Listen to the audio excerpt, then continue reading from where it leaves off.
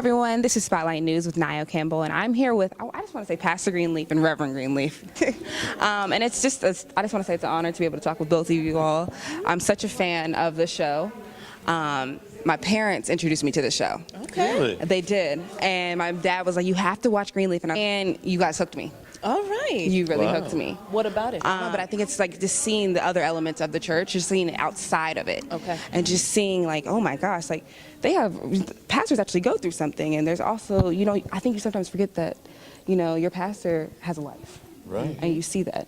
And you've been through a lot. So I guess what was your first reaction when you saw the script, when you read the script? When I read the script, I just loved it because just like I love stories about the internal works of the business, like All About Eve. You know, I love, you know, I've been going to church my whole life, and I love stories about pastors and the families of pastors and what goes on outside of the pulpit. I mean, you know, we always see, you know, pulpit scenarios, but you know, there is life beyond that. There's life behind that. What is that man like that when he walks to the store? Who puts out the garbage in that house? Yeah. You know, that interests me, and that immediately caught me when I read the initial script. You do a great job. You think that you're actually a pastor in real life now, are you?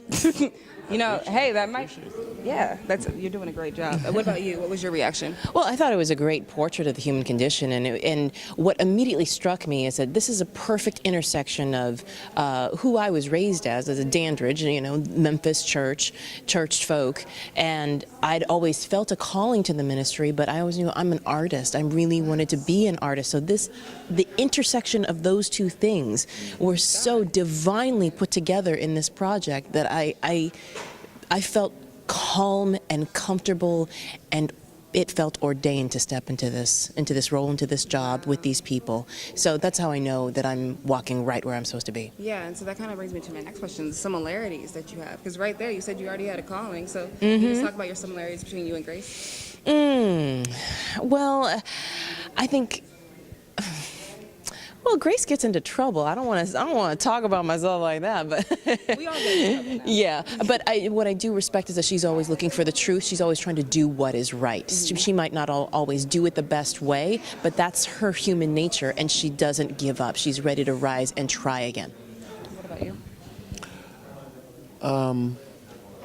We both have 3 children. Oh. Well, I've not been married for 40 years, but I've been in my relationship you know, a very long time. And that's something right there we have to...